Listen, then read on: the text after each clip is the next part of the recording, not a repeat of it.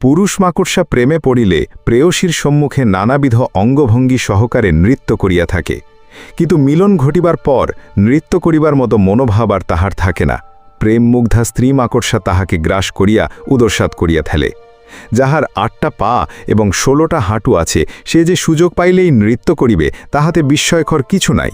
পরন্তু অতগুলা পা ও হাঁটু থাকা সত্ত্বেও মানুষ অনুরূপ অবস্থায় ঠিক অনুরূপ কার্যই করিয়া থাকে। ডারউইন মহাশয়ের কথা সত্য হইলে স্বীকার করিতে হয়, মাকড়সার সঙ্গে আমাদের রক্তের সম্বন্ধ আছে।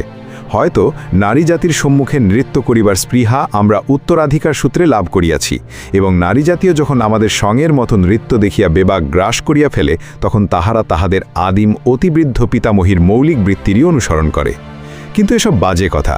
কাজের কথা এই যে আমরা অহরহ নানা কলাকৌশল দেখাইয়া নারীকে ধাপ্পা দিবার চেষ্টা করিতেছি, কিন্তু ধাপ্পা টিকিতেছে না। নারীর মোহমুক্ত চোখে বারংবার ধরা পড়িয়া যাইতেছে। উদয়শঙ্করের গলায় যিনি মাল্য দিবেন, তিনি জানিয়া বুঝিয়াই দিবেন। শ্রীমতী লুতারানী ও শ্রীমান বীরেশ্বরের মধ্যে প্রণয় ঘটিত একটা জটিলতার সৃষ্টি হইয়াছিল। বলিয়া রাখা ভালো যে এই প্রেমের প্রতিবন্ধক আর্থিক, সামাজিক, ঐহিক, দৈহিক, পৈতৃক বা পারত্রিক কিছুমাত্র ছিল না। কিন্তু প্রতিবন্ধক না থাকিলেই যদি মিলন ঘটিত, তবে আর ভাবনা ছিল কি? যা হোক, কবির ভাষায় খাঁচার পাখি ছিল সোনার খাঁচাটিতে, বনের পাখি ছিল বনে।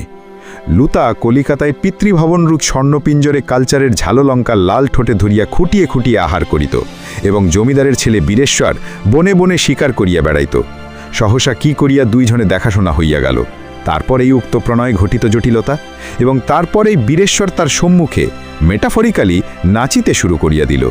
তার ঠোঁটে হাসি, চোখে কৌতুক। সে এই নৃত্য উপভোগ করিতেছে, কদাচিৎ হাততালি দিয়া তাহা জানাইয়া দেয়। উৎসাহিত বীরেশ্বর আরও বেগে নৃত্য করে। নাচিতে নাচিতে তার কাছে ঘেঁষে আসে, কিন্তু তা মৃদু হাসিয়া অলক্ষিত সরিয়া যায়। নর্তক ও দর্শকের মধ্যে ব্যবধান পূর্ববৎ থাকিয়া যায়, কমে না। কিন্তু ব্যাপারটা ক্রমে মেটারলিঙ্কীয় রূপকের মতো দুর্বোধ হইয়া দাঁড়াইতেছে। স্পষ্ট ভাষায় না বলিলে চশমা পরা অস্পষ্টদর্শী পাঠক বুঝিবেন না। একদিন সন্ধ্যার পর লুতাদের ড্রয়িং রুমে লুতা ও বীরেশ্বর বসিয়াছিল। লুতার ডাক্তার বাবাও এতক্ষণ ছিলেন, কিন্তু হঠাৎ ফোনে রোগীর আহ্বান পাইয়া তিনি বাহির হইয়া গিয়াছেন। বীরেশ্বর উঠিয়া আসিয়া তার পাশের চেয়ারে বসিল। তাহার গায়ে সিল্কের পাঞ্জাবি, ঢিলা আস্তিনের ভিতর হইতে ৩.৫ ইঞ্চি চওড়া কবজি সমেত বাহু খানিকটা দেখা যাইতেছে। সে ঈষৎ হস্ত সঞ্চালনে বাহুর আরও খানিকটা মুক্ত করিয়া দিয়ে অলস কণ্ঠে বলিল, আজ ব্যায়াম সংঘের মিটিংয়ে বক্তৃতা দিতে হলো। আপনি বক্তৃতা দিতেও পারেন?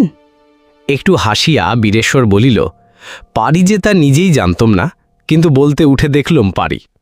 কি বক্তৃতা দিলেন? এই স্বাস্থ্য, ব্যায়াম, শিকার সম্বন্ধে ২-৪